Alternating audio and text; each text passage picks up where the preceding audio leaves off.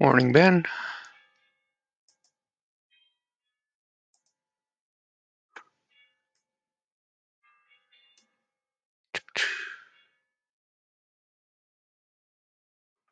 Hmm. Do it that way, maybe. Here we go. All right. I think they're ready to get started. So, we're back again. No, this isn't a current picture of the Northwest Arm in Halifax. This is from last fall. I think it was towards the end of October. Dora and I were along by the water. That the boat you see in the middle here, I don't know where it's from. It's not local.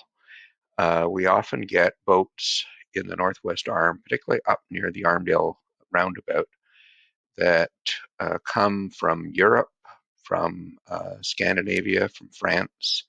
We get a bunch that come from Saint Pierre Miquelon, but they're usually here for the summer. This one has been here through the winter, and it's still sitting out there by itself. And it's got this tender, this dinghy behind it. People are living on it. They've lived on this boat all winter so far. They periodically move the boat down to near the Dingle, Sir Sanford Fleming Park, a little ways down the Northwest Arm, and they anchor down there for a time, and then they move it back again. Uh, I, I, I've seen them once rowing back to their boat again after, I guess, picking up provisions. Ah, it's cold. Crazy people. I don't know. Anyway, let's get underway. Um, I don't know if you uh, uh, read the newspaper. Nobody seems to read, real newspapers. But there was an article this morning, quite large one, about St. Mary's making a $9.3 million investment over 5 years in Brightspace, which is the platform that most of the online courses are being offered in that they see a future in online education. It's not clear from the article. They put out a news release to faculty yesterday about this, what exactly this is going to do. But um, I it's apparent that they expect an increase in students wanting to study online, and so I had planned on doing a follow-up survey of you separate from the course evaluation data that we normally get at the end of a course, that trying to get feedback on this specific course. And uh, I'm trying to get insight from you about moving into a face-to-face environment with the course, and uh, the role of technology within that. Because it's interesting of people talking about online courses and using Brightspace for online teaching. That Top Hat also sent me a survey about using their platform. And in fact, the most frequent use of their platform has been going on for quite some time. And primarily, although it's a Canadian firm, most of their business is in the US. It's not used for teaching online. It's used as a supplement in the classroom.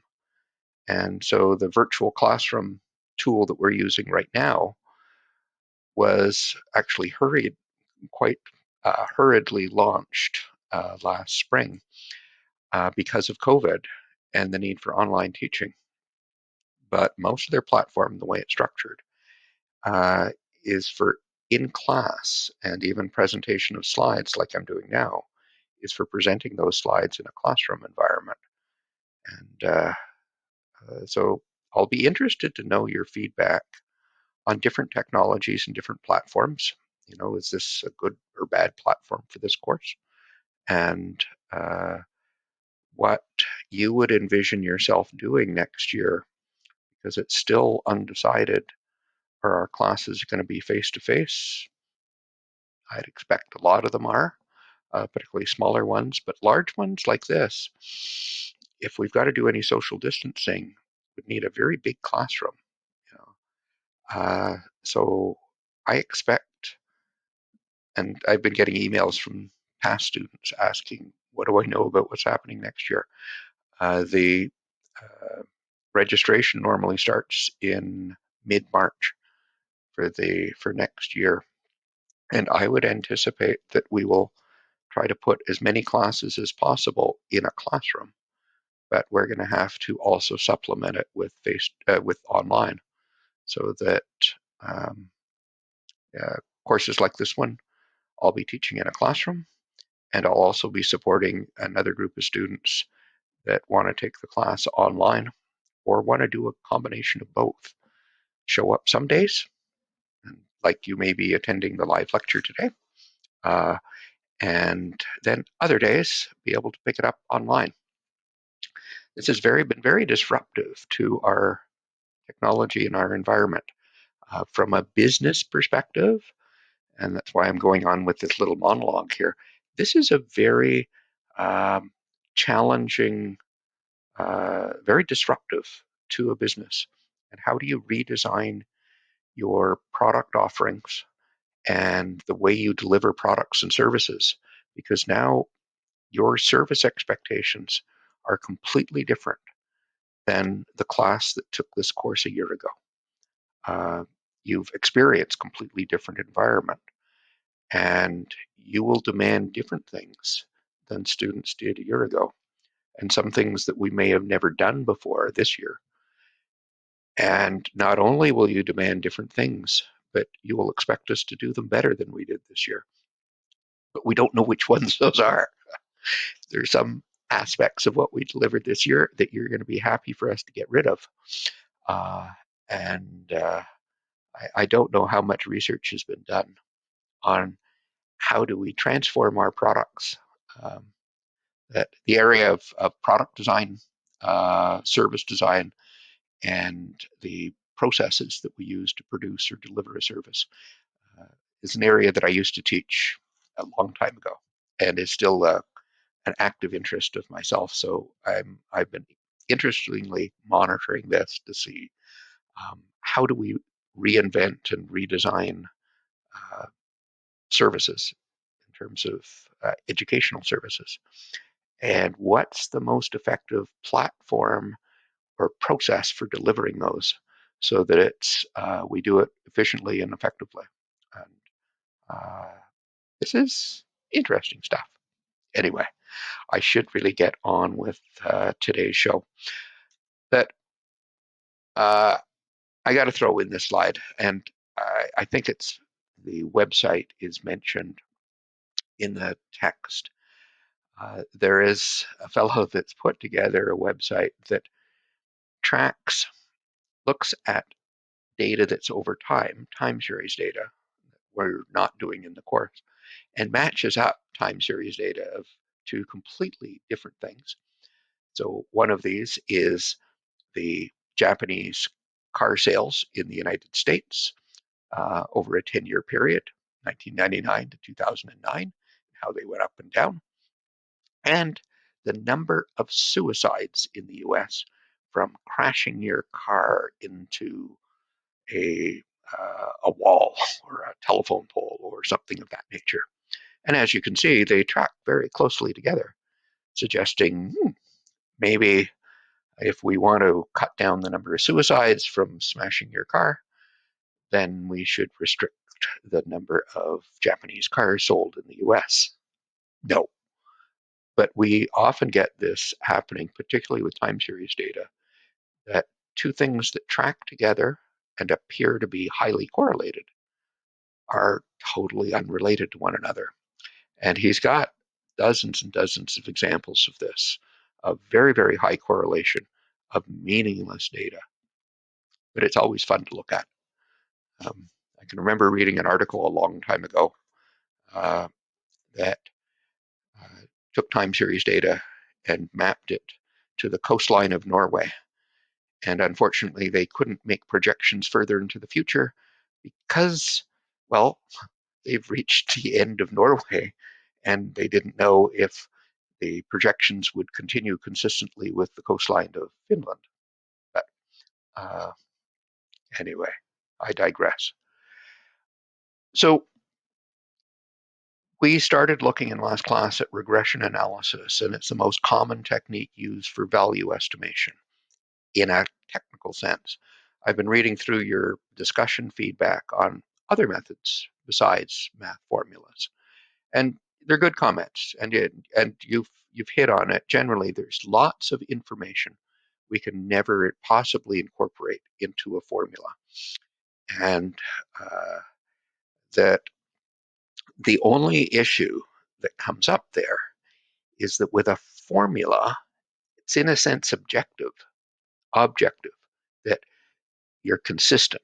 You always do the same thing over and over again with a formula. You put the same numbers in the formula, you get the same results out again. People in their judgment aren't always consistent in the way they do things. And they may have a tendency to be biased in certain ways. Whereas our formula, if there's a bias present because we're trying to minimize errors on an average basis, we generally move away from being biased. We're above is just as much as we are below. So we don't get too optimistic or too pessimistic and that type of thing. But there's no way the formula can use all that information and special information, as many of you have given examples of, that. So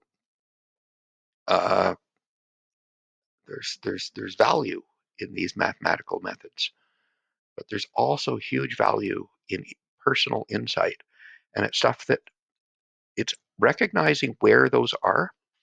Because if you're in a job that we can make the decisions using a formula, your job is going to disappear. If you're in a job where the unique insights that you can bring to it add huge value, your job will continue to exist.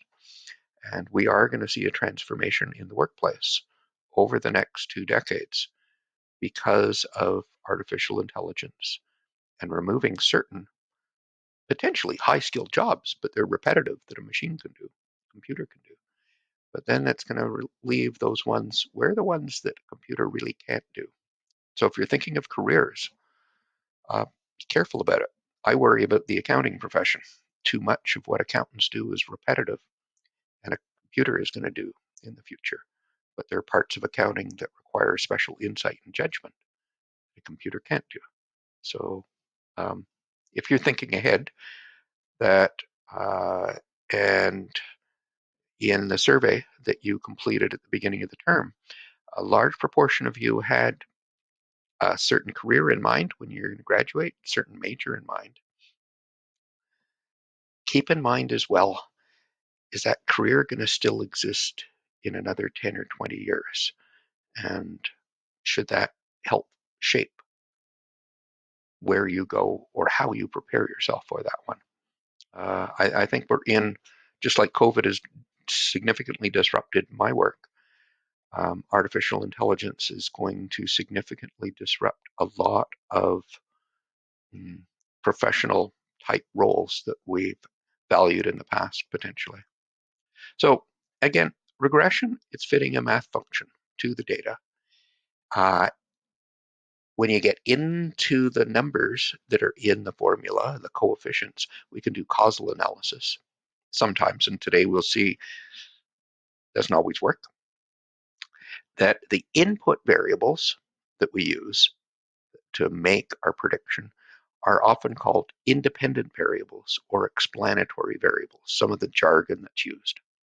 And the outcome, the thing we're trying to predict, is called a dependent variable or a target variable.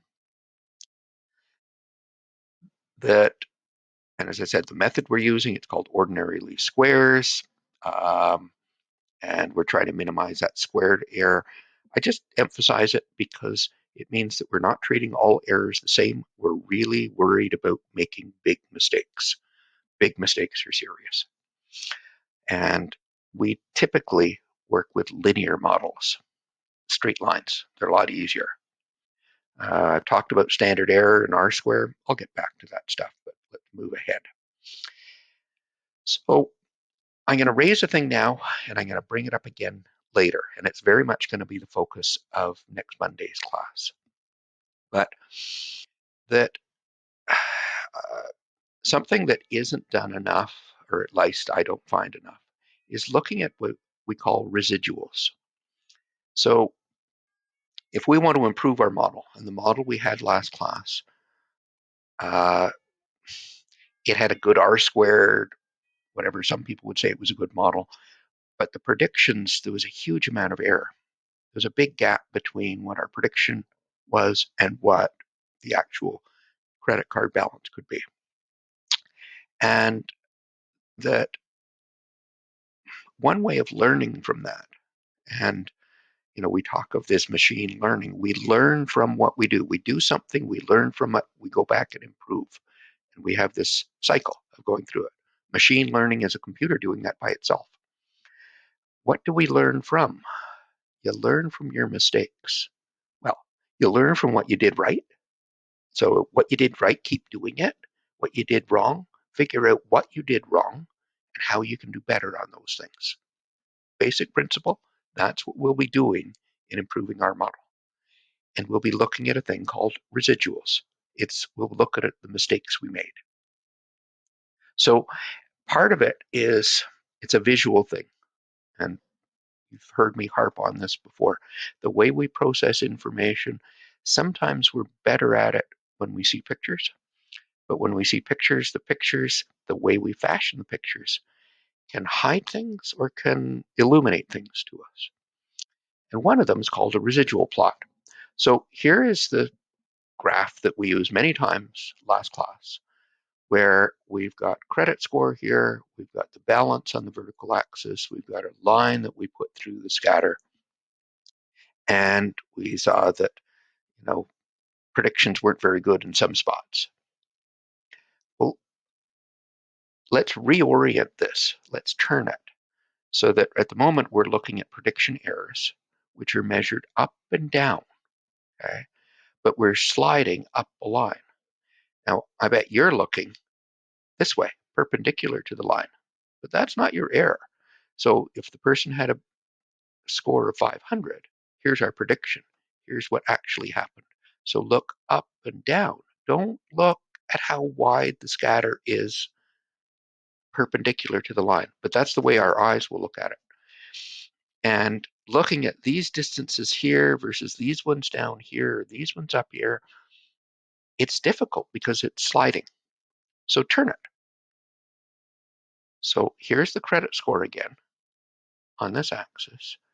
And this is how big the error is. And so you can see in the middle where we weren't making good predictions. Those gaps were big, up to $800 on the too high, or about 600, maybe $800 on the too low. And here's out here where we actually were pretty good. Those were those spots over there. Okay, so it just reoriented it. Makes it easier to see actually, and we'll see it we'll be doing this on a regular basis now. You may not have paid a lot of attention to this bottom bunch over here, but notice how it appears now. Okay? You can't have a balance below zero, not in this data set. And it's pretty rare to see a credit card balance that's negative. But we have lots of people that have a zero balance. Because you can't get below zero, it's like a wall. And so the scatter, instead of it being down here where you'd expect it, it stops at the wall. And this is an important feature. It probably is a problem in our data set, but this really highlights it, that you may not have seen to the same degree previously. So it helps you see what you hadn't seen previously. That's the benefit of a chart. So, as I said, it makes it easier to see those sorts of things. And that strange pattern on the left, it emphasizes. Now, I'm going to park that for now. And I'm just going to go on sort of trying to improve the model without paying attention to that and thinking about learning from my mistakes. I'm going to do it the way most people do it. And I'll maybe going back and forth, we can see why I recommend a particular process. Process is important to me as to how you go through. Don't just do this randomly. Oh, exploring, sometimes it's fun. Serendipity discovers things you never thought of. So normally the easiest way to improve a model is to use more information. As you get more information about the customer and put it in there, hopefully you're going to get better. And if you remember, when we looked at correlation, there were a variety of variables that we had. Let me just go back and see if I can't find that stuff. So yeah, here's some charts we had. So this is the one we used, where we had this really strong pattern between credit rating and the balance. But there was also income had a good pattern to it, not as strong. And look at that one there with credit limit. It looked very similar to the credit rating one as it went up. And so that maybe I should be using some of these. I'm probably not going to use education. That seemed like garbage. And age seemed pretty useless. And number of credit cards looked to be useless. But why don't I incorporate credit limit? Because it did look like it was an important piece. And if you have a higher limit, if you're allowed to borrow more, then many people are going to borrow more because they can. That we might also look at income. If you had a higher income, you might choose to borrow more because you figure you can pay it off because you've got a higher income. But let's start with one. So I'll take a model. I'll have balance is my intercept. I'll have a slope times the rating, slope times the credit limit. And let's put this into Excel. And let me go and do that in Excel. It's better. So to do it, I should get in the habit of, let me go and take my data here. I'm going to use the limit information, the rating information. I don't know if you can see this, and balance. And I recommend that you go copy these sorts of things and into a new sheet. Okay? So each time you do a new model, build a new sheet. And I mentioned this last class, but I want to emphasize it again. Okay? Make sure you keep your X variables all together on the left, and then your Y variable on the right. I keep it on the right because if I want to do a scatter chart, it's easier to do because it's on the right. And now I could go up to data. I can go to data analysis. I'm going to go to regression. Okay. Now, I'm not sure what's here. I wish everything wasn't so small because my eyesight isn't great for that type of thing. But my Y variable, okay, we start off the balance is the Y variable. That's the one here. And I know I got it on the right, and sometimes I forget things X and Y mixed up. But Y is in column C, starts in the first row where my label is, and this one has 401 rows to it. Label plus 400 data points. The X's are all together in a block. So I'm going to go from A1 up to B401. I've got labels. As I said last time, never check this thing. Don't bother with confidence. I'm going to put it in the same sheet. I'll put it over here in B1. And I'm not going to bother with these plots yet. And I just hit OK.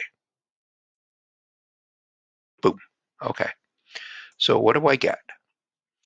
It says I've got an R square. So the first thing I often look at is my performance.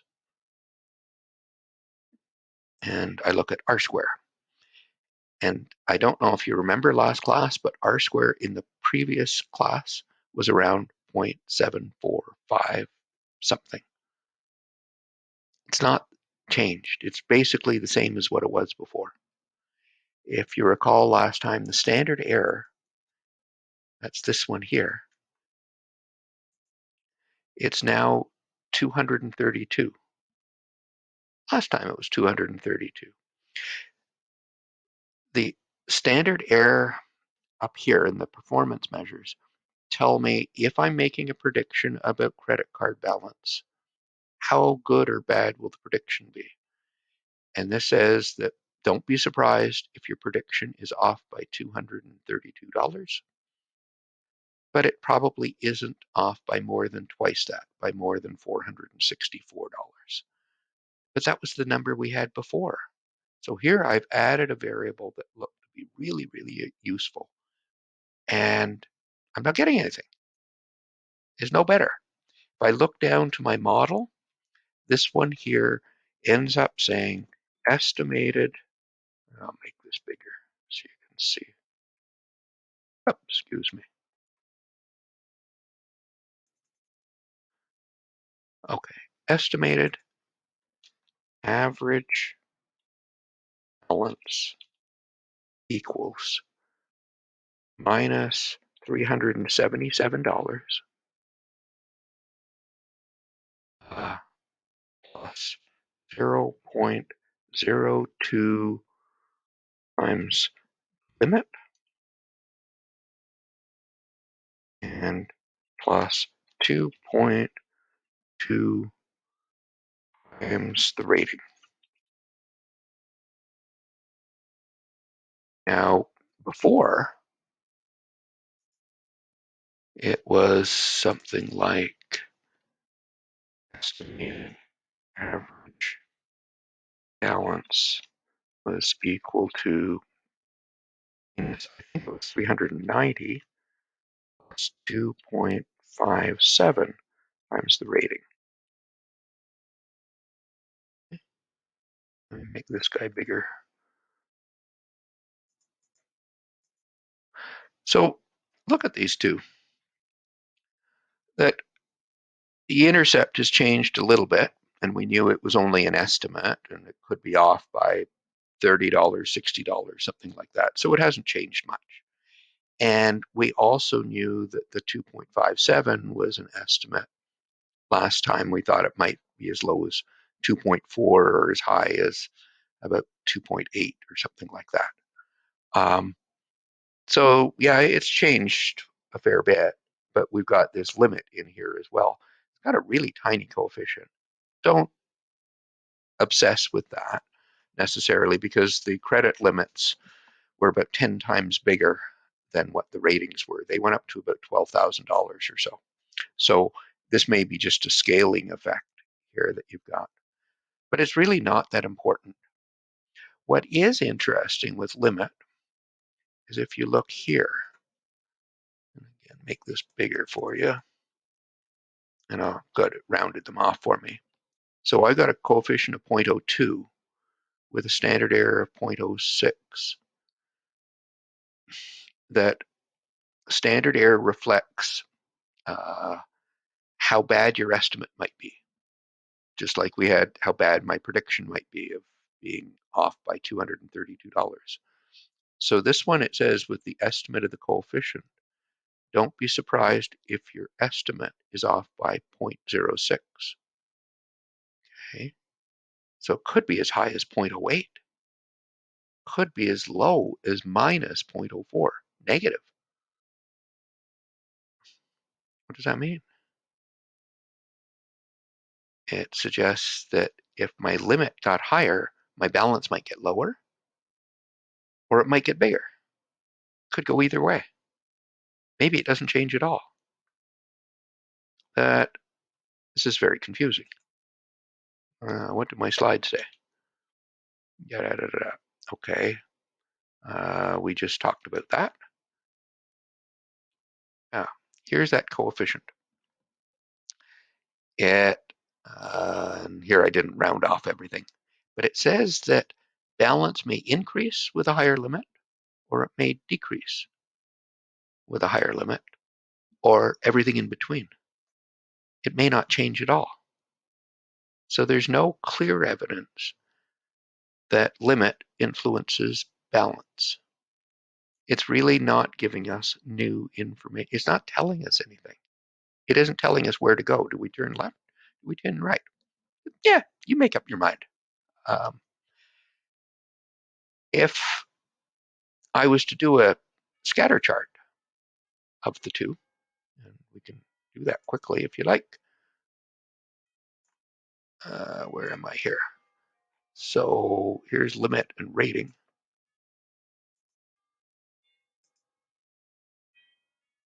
Boom. Yeah, let's take that. Look at your scatter chart. As limit goes up, rating goes up, or as rating goes up, limit goes up. It's a straight line, perfect straight line. The limit, the bank probably set the limit based upon the credit rating.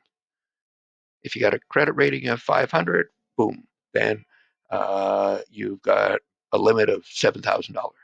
If your rating is 800, we'll give you a limit of $11,000. Just the two of them move together.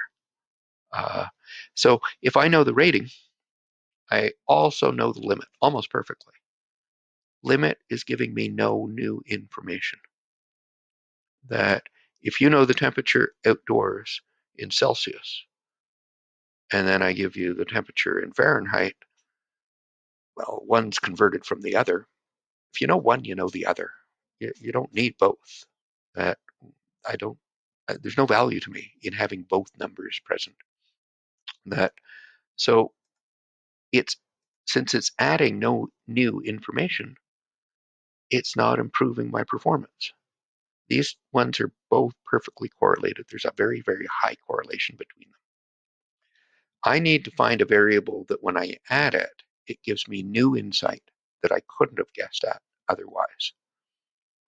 Okay, so what I've suggested is we'd go and do it with income. Now I just want to show you how I'll do that. Let me go back here to my data. So I want to use income and I want to use rating and predict balance. Okay, copy those guys. Give yourself a new sheet. Okay. Now, this is important because in Excel, and in Excel, the way I do regression is I've got my variable I'm trying to predict, my y variables in column C, and my x variables, they're now again in columns A and B. I can actually leave everything the way it is and click OK again. And I get my new results. Okay. What if I had gone back here and said, well, let's just grab all of these guys.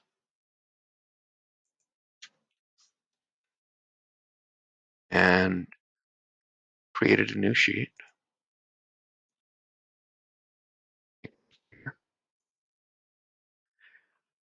Okay, now I've got this limit column in between. I go to regression, data analysis, regression.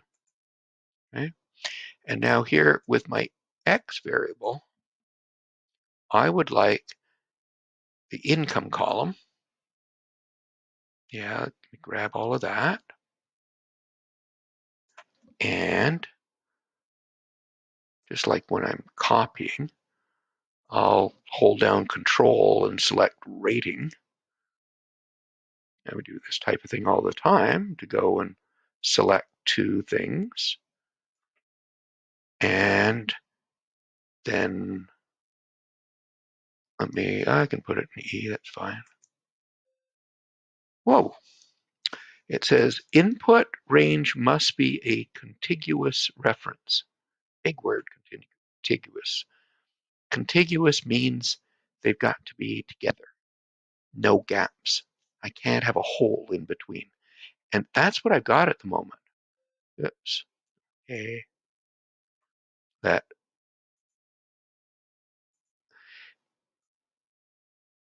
I'm not allowed to have this limit column in between. Now I could just remove it. Okay. And now I've got it. They're both together.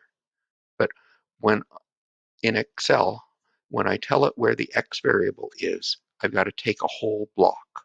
I can't take a piece and another piece.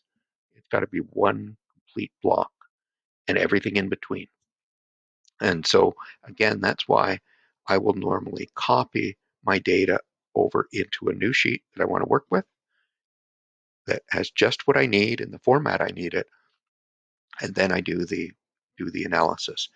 Um, I don't like having to move columns around or delete columns in my data file. I never want to touch that data set. It's like I said at the beginning of the course. I never want to touch this. If I want to change something because of whatever reason, do it in a new sheet.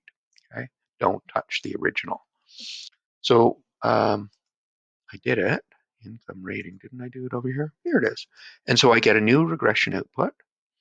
And now you can see my performance here. Okay, went from 0.745 to 0.875. It's jumped a fair bit. That I went from 75% to 87.5%, and the top is 100%. So if you're thinking of it, between 75 and 100, halfway in between, 87.5. So I've closed the gap, apparently, by half between having a perfect model and where I was before. Not quite, though. That you would think, well, a perfect model, I'd have 0 prediction errors. Before I had an error of 232. Now my error is 162. But shouldn't it be around 115 if I'm halfway in between, or 116? No, it doesn't shrink that fast. It's it has to do with the square versus square roots, and we don't need to get into it. But your improvement isn't as much as you think it might be. It's a lot better. Having a prediction that's off by 132 versus 232 is good.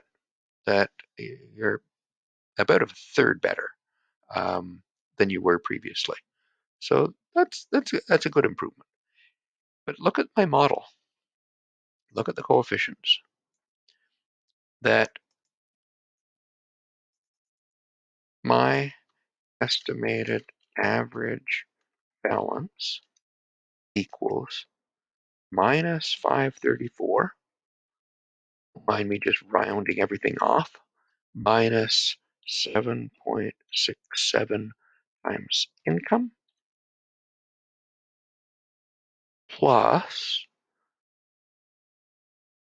3.95 times rating. Very different formula than I had before. The one I had before was estimated average balance equal minus 390. So it's changed a lot there.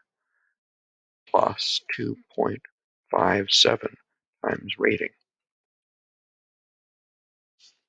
So I'm starting out with a much lower figure to begin with.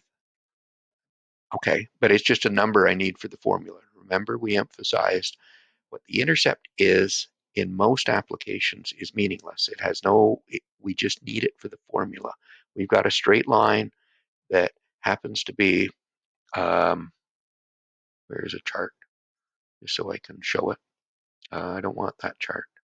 Does that one have it? Nope. Yeah, I don't have a quick chart to show you here.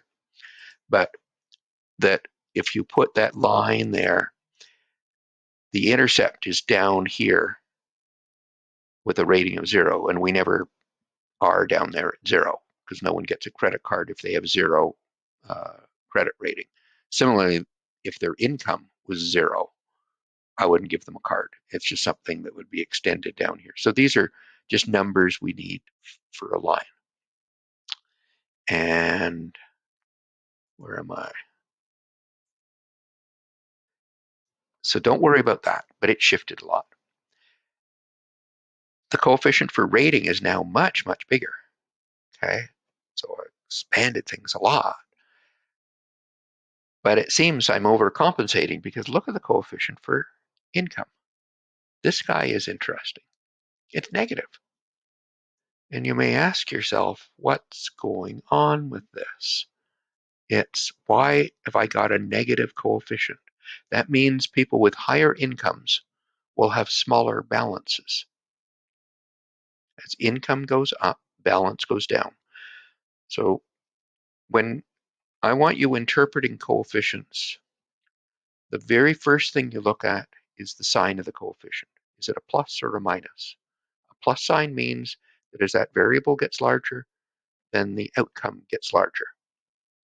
And if it's negative, it means as my variable gets larger, the outcome gets smaller. I go down. It's a downward sloping line.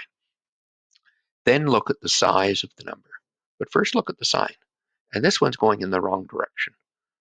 What's going on? Okay, because I had it up there a minute ago, that scatter chart for income. We had as income goes up, balance goes up. It's a positive relationship between the two. Not a huge correlation, 0.46, but that's respectable. That's a fairly good correlation. What's happening? Well, as income goes up, your rating goes up as well. People with high incomes get a higher credit rating. So I have a problem here. I can't separate out the impact of income versus rating. I can't talk about someone's, what about someone with an income that's $10,000 higher? Oh, that person has a higher rating too. No. I just want to look at income. But no, you can't, because if you have a higher income, you probably have a higher rating. I can't talk about one without talking about the other. I can't separate the two. And that's a real problem. We did actually have that same problem before. I couldn't talk about someone having a higher rating without also saying, oh yeah, they're going to have a higher credit limit. Same type of thing is happening here. Not as extreme as we saw with credit limit, but it's still happening. And what's going on here? When the two variables that I've got are linked together so that changes in one make changes in the other one, and both of them affect the outcome. I don't know how much of the change in the outcome is because of changes in A or changes in B. Because I change A, I change B. I can't change one without changing the other. I've got to actually look at them as a combination. So if I'm talking about a movement of both at the same time, I can never talk about them separately. And that's a problem, because now I don't know what the impact would be on balance of a customer with a higher rating or a higher income, because it immediately changes their rating, and it's the combination of the two of them together. If I'm just trying to predict balances, I may not care. I don't care what's happening. I just want to know, what's the prediction going to be for a customer with this income and this rating? What's the balance going to be? How good is the prediction? And you're telling me the predictions are going to be better. But if you were someone that wanted to understand everything that was going on, I want to know why. You want to do causal analysis then. Explain why that's their balance. I can't. It's just what the formula is going to give me. It's almost a black box to me. I can't explain it anymore. It's a combination of the two together gives me this result. But I can't explain income separate from rating. And at times that's frustrating. Ideally, we'd like a model where each factor in the model I can talk about separately. And that's the ideal. But there are an awful lot of problems where if I change one, I change the other one at the same time. And we call this thing multi-collinearity. And it's a big problem that I'm trying to get your assignment number 3 ready. And it's sort of linked to the discussion question. I've used housing data in the past, house prices and the like, but the data I had came from somewhere in the US that I don't know anything about. So I thought I'd use local data. And house prices depend upon your neighborhood. You could put the same house, you move it to a different neighborhood, price is going to go up or down. Real estate people say it's location. There are only three things important in the price of a house.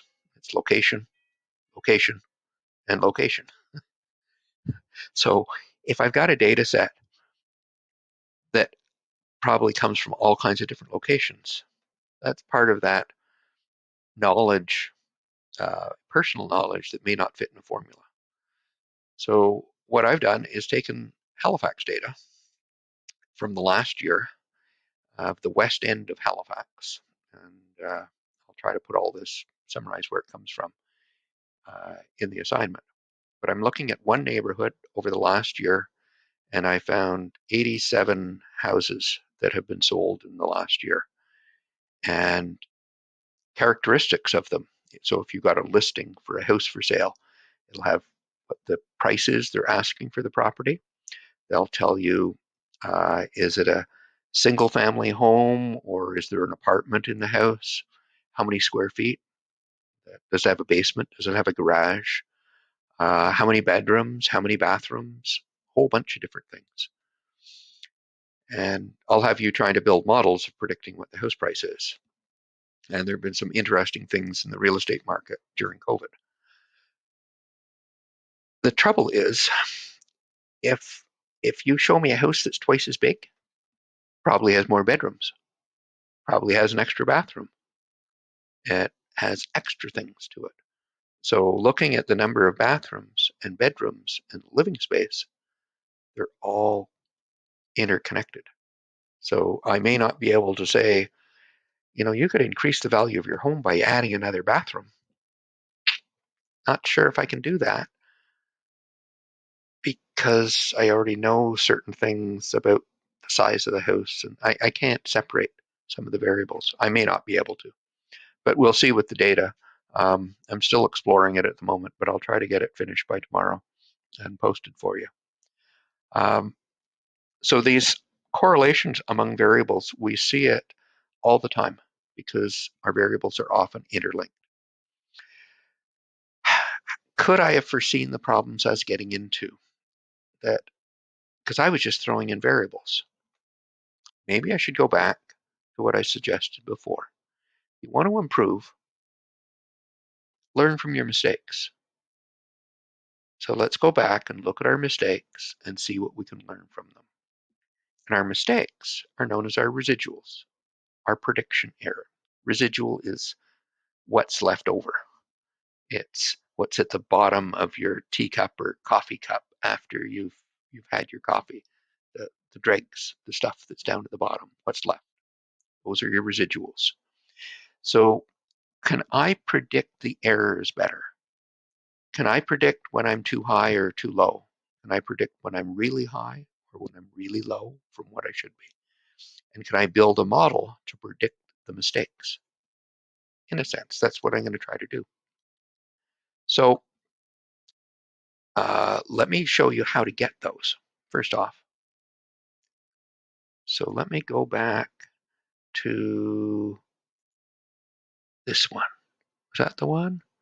Yeah, I'm going to go back to the very beginning. Let me go and start at the start. So at the very beginning, we had rating, we had balance. I'm in a sheet.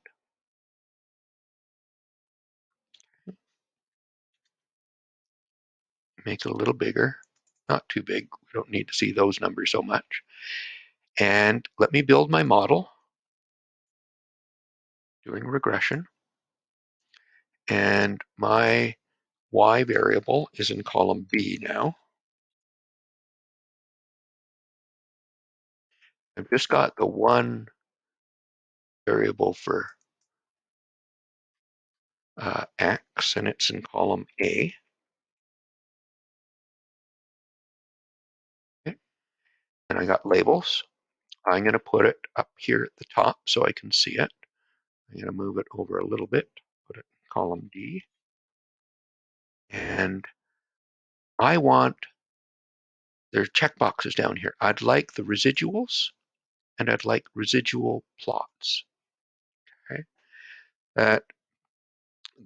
I want to know how big the mistakes were and I want a picture of those mistakes. I showed you a picture before, but just hitting those two check boxes will get it for me. Okay, so here's the plot that I showed you earlier. Okay, that showed some above, some below, spread out like this. So that shows me the mistakes I was making. And if I look down here, of the different cases I had on the left here, all these ones down here, okay, that it's the first one. You can't see this probably, so let's make it a little bit bigger. And let me make my columns wider so you can see the words that are here. So it just lists them 1 through 400, the 400 cases. For the first one, the prediction was 335. And what actually happened was 333. Hey, that's pretty good.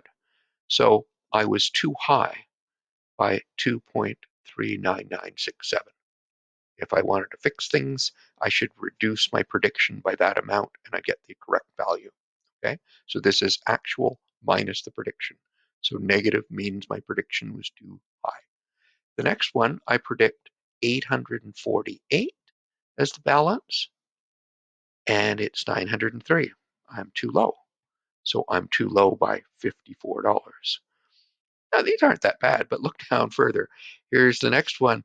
I predicted 928. Actual is 580. Way, way, way too high. So these are all my mistakes I made. Okay? I'm going to go and take this data. You can take all of it if you want, but at the very least take this. Okay? These are the mistakes I've made. Put them in a new sheet. Okay? And now let's look back to the variables that I've got available to me. I've got income, rating, cards, education. I can take all of these guys. Whoops, where is my new sheet? Here it is. Hard to keep track of things. I told you before, I should always label my sheets down below when I create new ones. I've not been doing that. And now I don't know which sheet is which. So that's why you label them. Don't do as I say, don't do as I do. And over here. Okay. So here's the mistakes. Here's all my other variables. And actually, maybe, well, I'll leave it here. Suppose I want to predict my mistakes. Okay. So let me see what is related to the mistakes I make. Or no, sorry, I'm scrolling all the way down. Let me go up to data analysis. And when we were looking for relationships, we looked at correlation. So let me look at the correlation between residuals in column A and all the other variables, all the way across to H. And it goes down again to row 401, like we had before. I haven't lost any data. And I'm going to put the results over here on the right. I'm going to put them in column J. So let's go over here, take a look at this table, make it a little bigger. Okay. So here's what I've got. Let me get the column heading here. There we go. So my residuals, what are they related to? Don't look at the residuals with balance. It ends up being a fairly large number. In many cases, there's a whole other issue that comes up with that, but don't fuss on it. First off, I used rating to predict the balance. Okay, and so I should have taken all the information possible out of rating to predict balance, at least in a linear sense, all the information that was there. And you end up with a number here, a correlation with rating. So my mistakes and rating being a very strange number. 5.9 e minus 16. Some of you may know what that means. Some of you may have forgotten. So let me just make things wider here. Yeah, it still doesn't like me. Let me just change the format of the number, just being number. And let me show you all the decimals.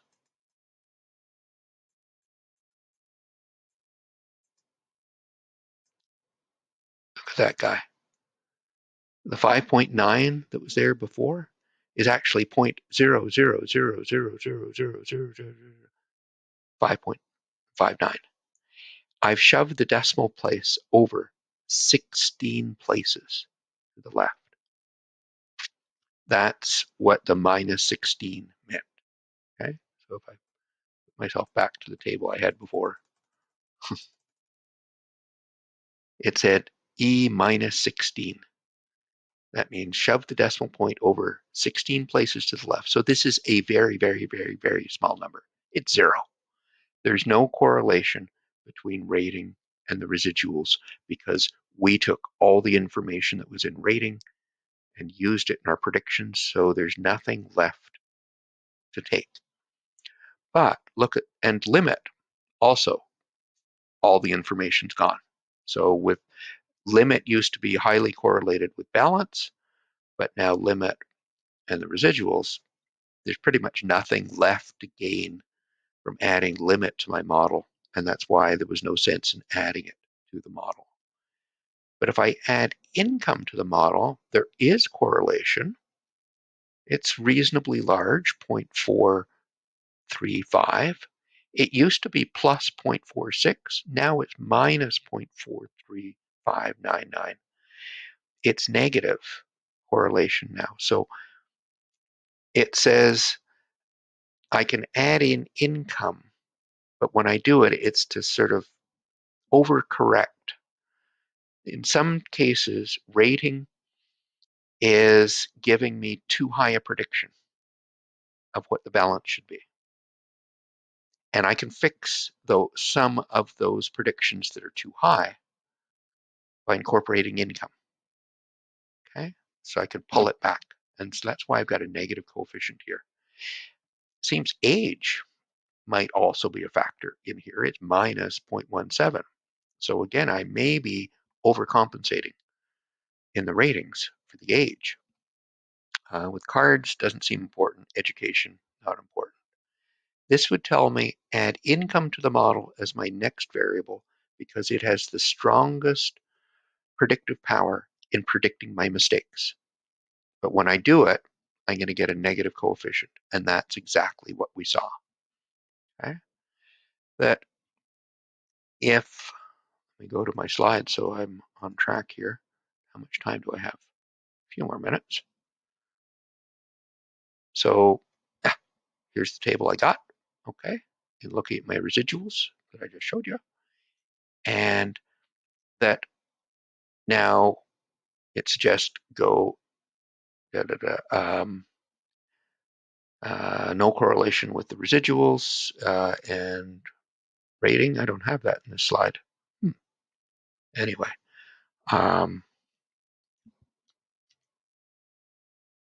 so what did I go now? Okay, let's include rating and income and see what happens. Okay, let me go backwards. So let's go back to, here's income, rating, balance. Yeah, good. Let's go and see what happens here if I fit my model. And I'm not going to do correlation. I'm going to do regression. Okay. I've got in column C, and here this is in columns A and B. Okay. And I'm going to put the output, okay, and put it over. Let me just give myself a space. I'll put it in E. And this time I'm going to ask for residuals. So I'm going to get the same regression equation I had before. Takes me a minute, but now I should have some charts. Throws them over here on the left, and these we're going to be working with, oops, soon. Yeah, put it up here. And we're going to be addressing some issues here. With income, this is scatter that's fairly flat, not too strong a pattern in it, though it's got some odd ones up here. And it seems to be a lot below the zero compared to be above. On average, the residual should be zero. We make as many, well, the average error above is equal to the average error below. But there are some odd things here, and we'll talk about that next class. Here's the one I had. Remember the one I had before, residuals for rating? It doesn't have the big wide scatter in the middle that I had before. Remember how big and wide it was? There is a bunch that are sitting way up here. We'll talk about them next class. But a lot of the stuff that was high and low before, remember it went from minus 800 to plus 800? Now it's much tighter in terms of what that scatter is. Now look, it's very different from the one I had previously. I'm not sure where that one is hiding anymore. I'm not sure. We'll see it somewhere. It's still got this funny thing over on the left, but it isn't, again, quite as extreme and concentrated as previously. That I've got a bunch of residuals that were produced. They're here. And so I could go and grab these guys. Let me grab all of them. These are all the mistakes I made. And they seem to be smaller. As I said, the standard error went from 232 down to 162. So these numbers, on average, are much smaller than they were previously. So let me put these ones into yet another sheet, one that I'll forget which I'm working on. Let me go back to the data and get my data back. Let me grab all of these ones and put them, where's my new sheet? It's over here. So these are different mistakes than I had before because it's a different model. Okay. And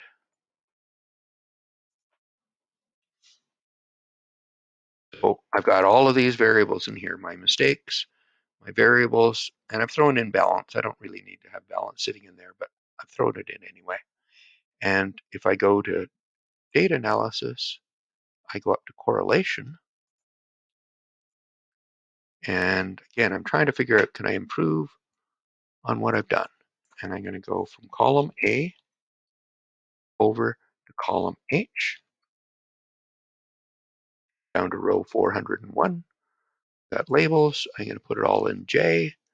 Let me click OK. I think I've got everything. Here's my new table.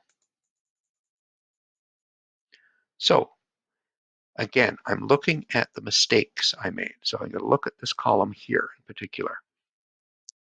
With income, the correlation is almost zero. I got that E minus 16, lots of zeros again. It means I've all the information in income, I've sucked it out. There's nothing left to get. That, and with rating, yeah, I've taken it all out again, right? And with limit, because it's so correlated with the rating, I've taken that stuff out. Okay, there isn't much there left to work with. So what else do I have here? Number of cards, 0.01. It's probably too small. I got age again, but now it was minus 0.19 before. Now it's minus 0.09. There's a little bit of information there, but probably not a lot. And education, nothing significant. And again, don't worry about this number here with balance. So there's not much more for me to grab. I could grab age if you want. We could go and do that. Let me just go income, limit, rate. I don't want, let me just, I'll throw it in here. Don't mind. So I don't have to create a new sheet. I want don't want cards. I don't want education. Okay. And I just want these guys. Let me go down and fit my model. Remember how we did last time. We had a R-square of 87.5%. Okay, balance is in column E.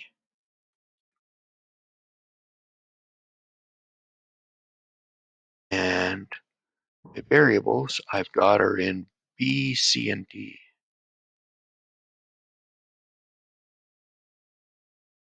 I'm putting that age in there. I got labels. I'm going to have to put this down below somewhere. Let's put it down in G11. And I'll throw in all the other stuff. Okay. What am I going to get here? All right. My R square, my performance measure. Before it was 0.875. Now it's 0.876. Yeah. Standard error before it was 162 point something. Now it's 162 point something. It's on the decimal bit. It's gotten a little bit smaller, but not much. Nothing that you'd really notice.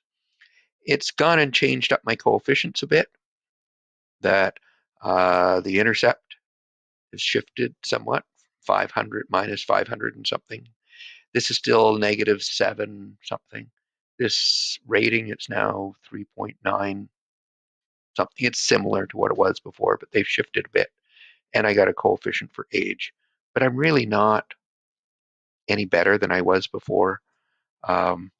If I look at my mistakes I was making with age, I don't see anything. I am bothered that I've got so much down here and then it's spread up. It suggests that if I look at the distribution of my residuals, they're probably skewed. I might look at that. If I look at, at the rating plot, it looks like the last one I had.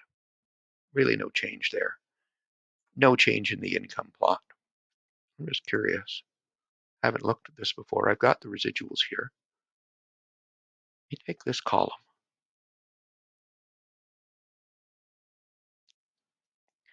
And what pattern is there in this?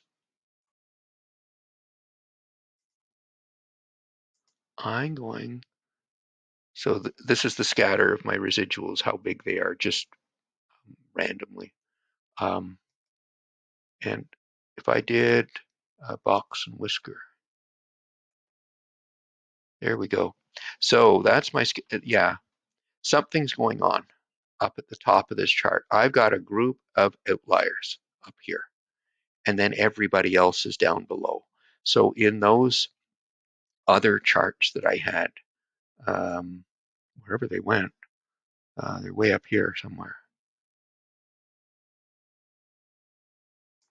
Like these ones over here. This one here, which was really nice. You'll see very dense there, scatter above.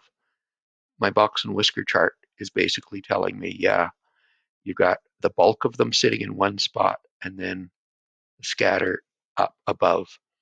And you can even probably look, we look down at this one, see what was bothering me about it. It should be centered around 0. Here's 0 right there. Okay.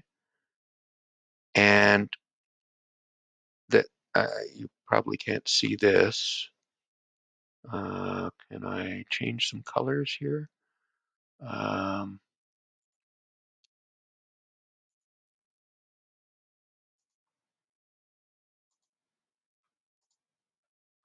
didn't change the color on me. Can you make it a bright yellow? Nope, that's not doing it.